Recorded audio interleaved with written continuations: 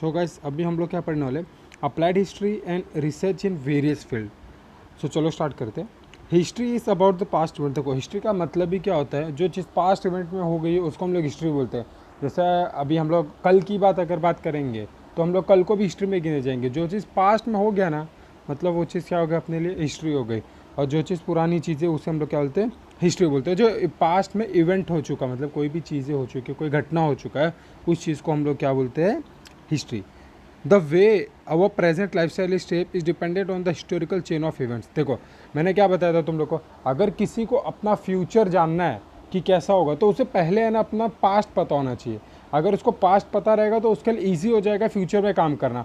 For example समझो, अगर एक कंपनी है, जैसे एक हम लोग पकड़ लेते हैं कि आईटी सेक्टर की कंपनी है, हाँ, या तो चलो हम लोग एक मोबाइल की कंपनी पकड़ लेते हैं। अगर एक मोबाइल की कंपनी है, अगर उसको न्यू न्यू है ना मार्केट में लॉन्च होने का है, तो अगर उसको न्यू लॉन्च होने का है, अगर उसने है ना पुरानी स्टडीज़ नहीं की कि समझो सैमसंग कंपनी हो गई, सैमसंग कंपनी ने मार्केट में कैसे अपने मोबाइल लाए, कैसे कैसे टाइम पे वो मोबाइल को चेंजेस करते रहते, मोबाइल के अंदर डेवलपमेंट लाते रहता है, कैसे कैसे न्यू न्यू मोबाइल को अपग्रेड करते रहते हैं, क्या लोगों को पसंद आता है, क्या लोगों को नहीं पसंद आता है, समझे क्या करता है, वो हर चीज़ें पता करके तब जाके उसे कंपटीशन में आना चाहिए। और पास्ट में क्या ट्रैक रिकॉर्ड है मोबाइल इंडस्ट्री का, कि मोबाइल इंडस्ट्री कैसे वर्क करती है, तो ऐसा अगर करके कोई कंपनी लॉन्च करती है तो उसका फ्यूचर अच्छा होगा, तो कंपनी फ्यूचरिस्टिक होगी, सोच के बनाएगी हाँ ये मोबाइल में ऐसा बनाऊंगा तो ऐसा चलेगा। अगर पास्ट में किसी कंपनी ने कोई गलती कर दी, फॉर एग्जांपल ले लो नोकिया कंपनी ने गलती कर दी, उसने क्या किया, एंड्रॉयड जब भी आया था तो एंड्रॉयड को अडेप्ट नहीं करके उसने क्या किया, माइक्रोसॉफ्ट पे चलेगा।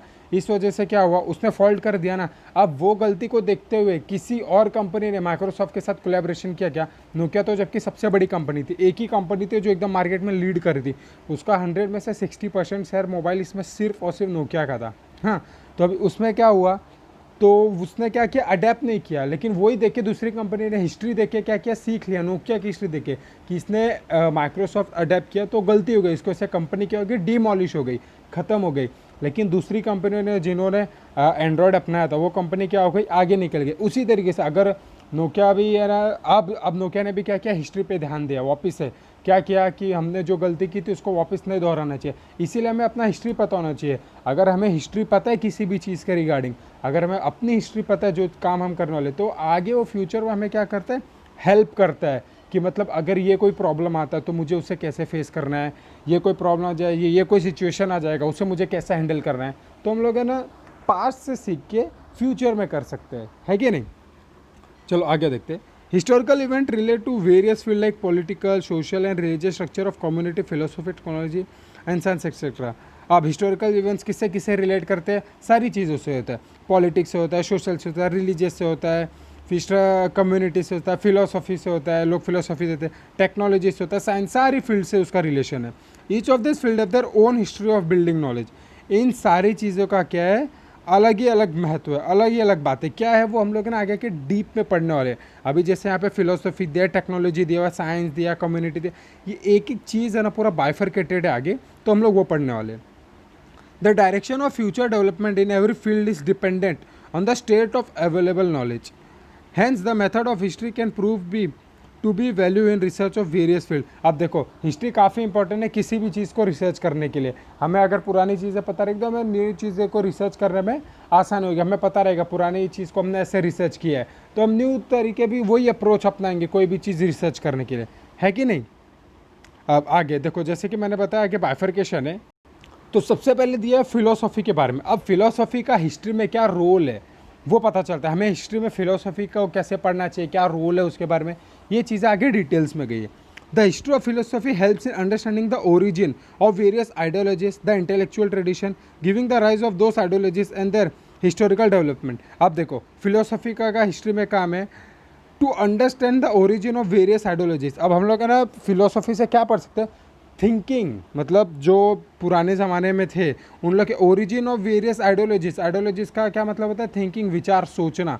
The intellectual tradition giving rise to those ideology and the historical development. अब ये देखो फिलोसफी भी कैसे हिस्ट्री को डेवलपमेंट करने में आगे हेल्प करता है, कैसे बढ़ाता है, ये चीज़ हमें पढ़ने को मिलती है। Philosophy need language as a medium of expression.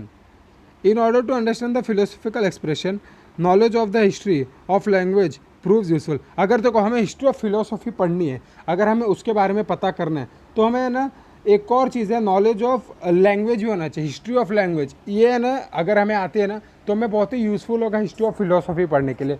वो उसको इंटरलेट करता है, वो हेल्प करता है हमें पढ़ने के लिए, ईजी पड़ेगा।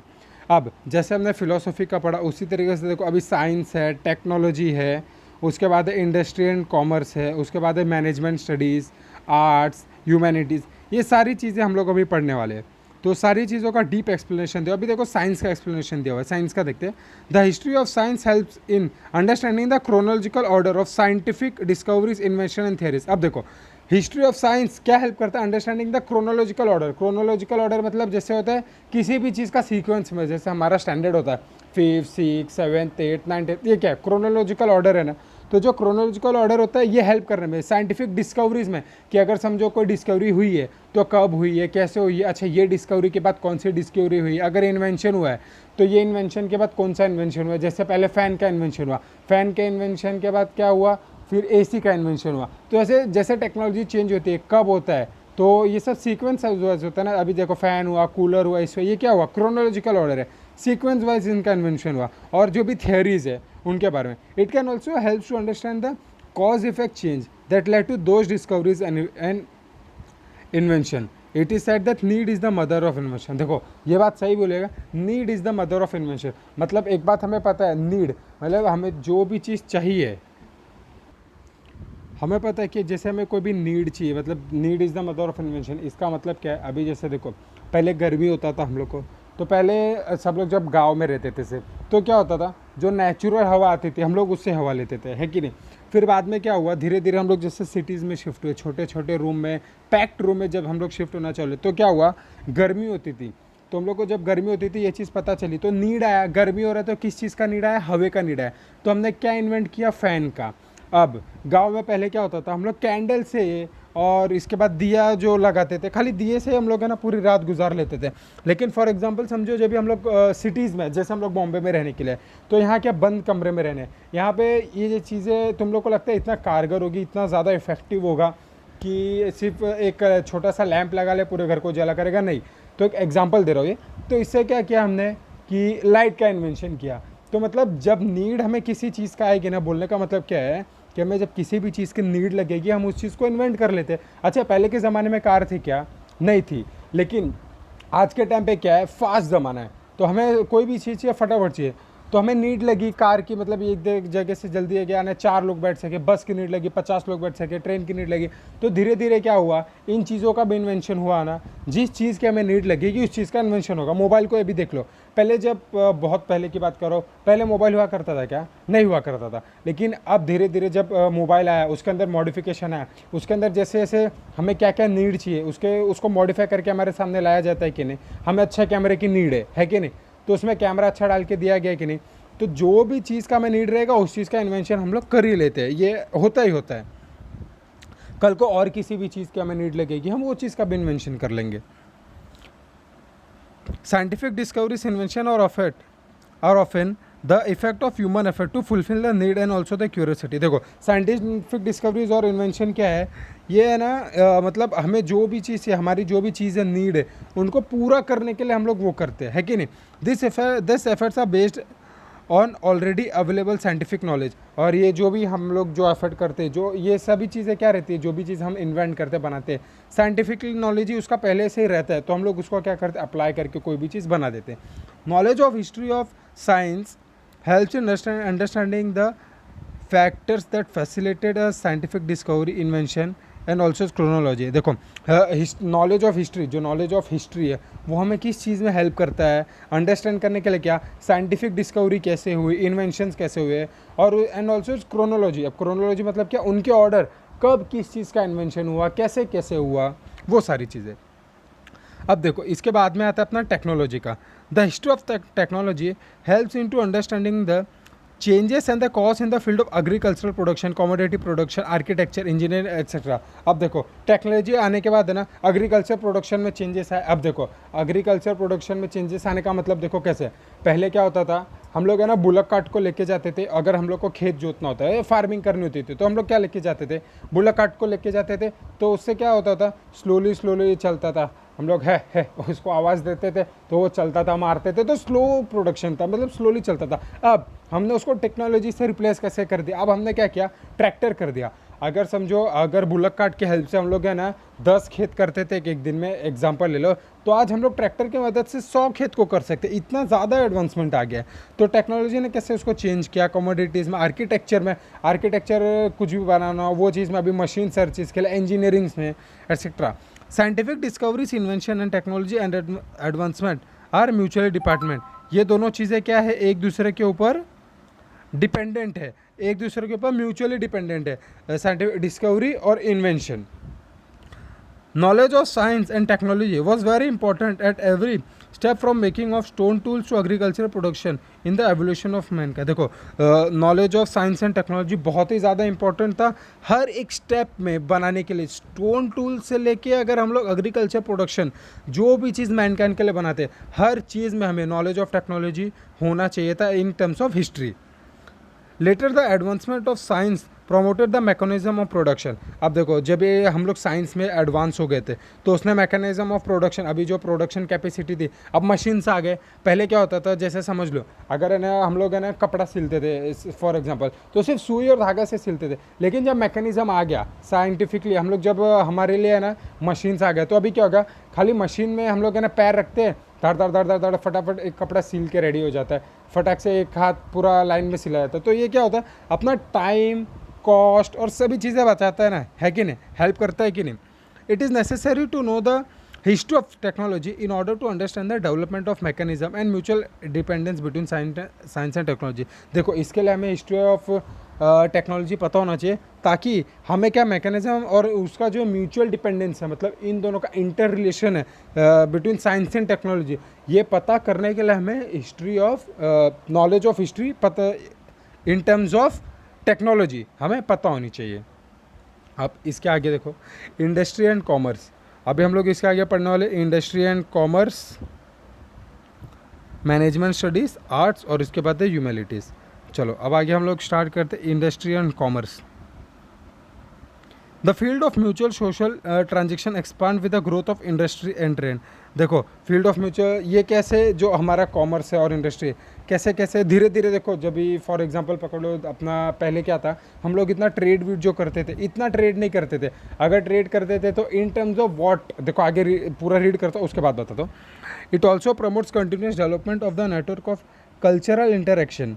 It is an integral part of industrial and commercial management. It is essential to understand the history of this process, the nature of market, and the commerce has continued to change। देखो यहाँ पे वही मैं बताना चाह रहा था, जो यहाँ पे देखो the nature of market and commerce has continued to change. देखो जो नेचर ऑफ मार्केट है, धीरे धीरे क्या हो रहा है, पहले हम लोग जब ट्रेड करते थे तो हम लोग पहले कैसे ट्रेड करते थे, अभी समझ लो अगर है ना गाँव में हम लोग ट्रेड करते थे, अगर मेरे पास है ना गेहूँ है, हाँ, और आपके पास चावल है, तो मैं क्या करता था, अगर मैं आपको समझो 10 किलो गेहूँ देता था, तो आप जो फॉर एग्जांपल पकड़ लो, अगर हम लोग गेहूँ को 35 रुपीज़ के जी पकड़ते हैं, तो 10 kg मेरे को अगर गेहूँ चाहिए तो ये कितना होता था, 350 रुपीज़ हो जाएगा। और अगर हम लोग चावल लेते हैं वो 45 रुपीज़ के जी और 10 kg तो कितना हो गया, 450 रुपीज़ हो गया। तो पहले क्या होता था, मनी सिस्टम नहीं था, तो बार्टर सिस्टम होता था। तो हम लोग बार्टर सिस्टम में क्या करते थे, तो मैं आपको क्या करूँगा, 10 किलो गेहूँ मैं आपको दूंगा, तो आप मेरे को 10 किलो चावल दोगे, मतलब जो जैसे अगर 35 रुपीज़ के जी का गेहूँ है और अगर 35 रुपीज़ के, एक एग्जांपल ले लो, 35 रुपीज़ के जी का ही चावल है, समझ लो दोनों की वैल्यू सेम है। तो अगर मुझे मेरे पास 10 किलो गेहूँ है, तो अभी आज के टाइम पे क्या होता है, हम लोग कैश दे के लेते हैं। पहले क्या होता था, बार्टर सिस्टम होता था। बार्टर सिस्टम मतलब क्या होता था, मैं एक सामान दूंगा, आप दूसरा सामान मुझे दोगे, तो मैं आपको 10 किलो गेहूँ दे दूंगा, तो आप 10 किलो चावल दे दोगे। लेकिन आज के टाइम पे क्या हो गया, देखो ट्रेड और इकोनॉमिक जो अपना कॉमर्स है ना, चेंज होने लगा है कंटिन्यूसली। अब क्या होता है, हम लोग कैश देते हैं, कैश से खरीद लेते हैं कि नहीं, ऑनलाइन पेमेंट कर देते हैं, ये सारी चीज़ें। Accordingly the nature of human relationship and the social organisation has also continue to change. देखो ह्यूमन रिलेशनशिप भी चेंज होने लगा, सोशल ऑर्गेनाइजेशन भी, ट्रेड के मामले में। To understand this development it is necessary to study the history of culture, social organisation and economic institution. अब देखो ये जो चेंजेस आए हैं, इसे हमें अंडरस्टैंड करने के लिए, इसे हमें पढ़ने के लिए क्या पता होना चाहिए, हमें history of culture, social organisation, economic institution. जब हमें ये सभी चीज़ों का हिस्ट्री पता होगा, तभी हमें जाके है ना पता चलेगा कि ट्रेड में क्या क्या चेंजेस आए, अपने कॉमर्स में क्या क्या चेंजेस, अपने इकोनॉमी क्या क्या चेंजेस है, तब जाके हमें पता चलेगा। अब देखो management studies, word management studies से हमें क्या बता रहे हैं, किसी भी चीज़ का मैनेजमेंट करना है कि नहीं। In order to understand various factors involved in the chain of production, such as means of production, human resource, and process of production, as well as chain of market and sales management, etc., it is essential to have a knowledge of similar function system of the past. It is essential to understand the psychological character of people working at various level in the chain of production and marketing, the healthy management. In order to achieve it, understanding of the social and economic institution that supports the industrial and commercial process is important. Knowledge of history in this regard makes the management at various level easier. अब देखो इसमें क्या बोल रहा है, देखो अभी हमें इसमें क्या बोल रहा है कि है ना, हमें ये पता होना चाहिए, क्या पता है मीन्स ऑफ प्रोडक्शन कैसा है, ह्यूमन रिसोर्सेज क्या, जैसे हम लोग हमारे कोई कंपनी है या प्रोडक्शन हाउस है तो हमें वो प्रोडक्शन में क्या क्या ह्यूमन रिसोर्स कितने लगेंगे, प्रोसेस ऑफ प्रोडक्शन क्या है, कैसा है, चेन ऑफ मार्केट क्या है, अपना मार्केट कैसा है, सेल्स मैनेजमेंट कैसा है। अगर ये हम लोग मैनेजमेंट स्टडीज़ करते हैं तो हमें ये सब चीज़ें पता चल जाएगी कि हमें मार्केट में टारगेट, जैसे हमारा कोई प्रोडक्ट है तो हमें क्लियर पता होना चाहिए कि हमारा प्रोडक्शन कैसा होगा, ह्यूमन रिसोर्सेज कितने लगेंगे, और चेन ऑफ मार्केट अपना क्या मार्केट है, क्या मार्केट में अपने को सेल करना है, ये सारी चीज़ें तब जाके हमें पता चलेगी। इट इज़ फिर उसके बाद में देखो हमें साइकोलॉजिकल कैरेक्टर पता होना चाहिए, लोगों की मानसिकता, मतलब लोग कैसा सोचते हैं वो पता होना चाहिए, क्या खरीदेंगे उस हिसाब से हमें प्रोडक्शन करना चाहिए। ऐसा नहीं कि हम लोग कुछ भी प्रोडक्शन कर देंगे और उसके बाद में अपना मार्केट में बिक जाएगा, ऐसा तो है नहीं। हम लोग राइट चीज़ अगर प्रोडक्शन करेंगे तो हमारी वही चीज़ मार्केट में बिकेगी।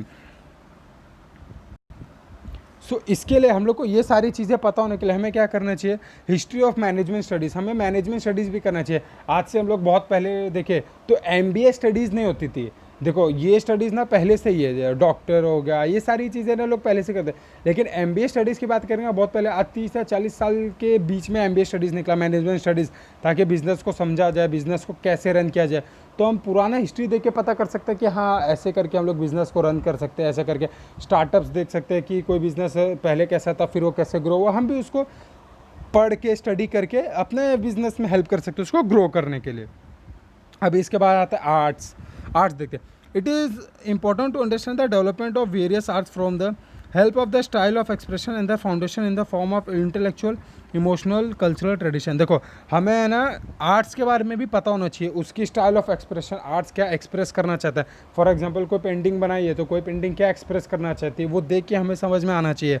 और आर्ट्स का भी ना आज के टाइम पे हम लोग देखें तो इम्पोर्टेंट रोल है। पहले के टाइम पे आर्ट्स को इतना ज़्यादा इंपॉर्टेंट रोल नहीं था, जहाँ पे देखो सीधी सी बात है, जहाँ पे पैसा रहेगा लोगों के पास वहीं पे आर्ट्स को इंपॉर्टेंट रोल मिलेगा। ये पूरा पैराग्राफ रीड करता हूँ तो इसके बाद समझाता हूँ। The key to the expression in any art form, emotional temperament of the artist, temperament मतलब होता है mindset of the artist and the development history of the respective art form can be understood with the help of cultural history। देखो अब किसी भी जगह का हमें जैसे कि पता करना है, अगर हमें किसी चीज़ को पता करना है, जैसे किसी ने कोई आर्ट बनाया है, क्या हमें वो आर्ट से क्या मैसेज देता है, क्या कैसे वो आर्ट से कोई मैसेज देना चाहता है। अगर हम वो आर्टिस्ट ने एक पेंटिंग बनाई है उसने क्या मैसेज दिया है वो पेंटिंग से, अगर हम लोग उसको देख के बता दें कि उसने ये मैसेज दिया, तभी वो एक आर्टिस्ट का सक्सेसफुल होएगा कि हाँ वो जो कहना चाहता था वो हो जाता था। तो इसीलिए आर्ट्स का भी मतलब यहाँ पे क्या बोलने का मतलब मालूम है कि आर्ट्स भी हमें ना हिस्ट्री ऑफ आर्ट्स भी पता होना चाहिए, अंडरस्टैंड करने आना चाहिए, वो भी एक इम्पॉर्टेंट रोल होता है ये हिस्ट्री को पढ़ने के लिए। अब इसके बाद आता है ह्यूमैनिटीज़ का। Humanities include discipline like history, archaeology, sociology, anthropology, political science, economics. देखो अब ह्यूमैनिटीज़ क्या क्या इंक्लूड करता है, देखो आर्कियोलॉजी को इंक्लूड करता है, सोशियोलॉजी को, एंथ्रोपोलॉजी को, पॉलिटिकल साइंस, इकोनॉमिक्स, ये सारी चीज़ों को अपना ह्यूमैनिटीज़ में इंक्लूड किया जाता है। To understand the history of the origin and development of this discipline is an essential part of learning all the disciplines. All are supposed to have their origin in philosophy.